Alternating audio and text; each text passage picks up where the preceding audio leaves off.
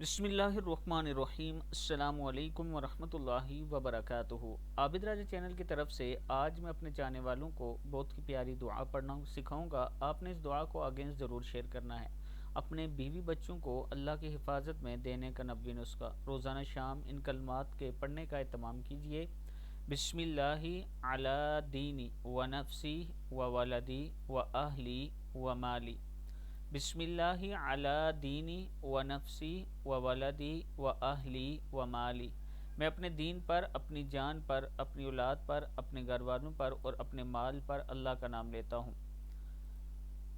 دوسری دعا ہے سبحان الحی القیوم، سبحان الحی الذی لا یموت رب اغفر لی ذنوبی انہ لا یغفر الذنوب غیرک استغفر اللہ ربی وارحمنی فاللہ خیر حافظ وہو ارحم الراحمین۔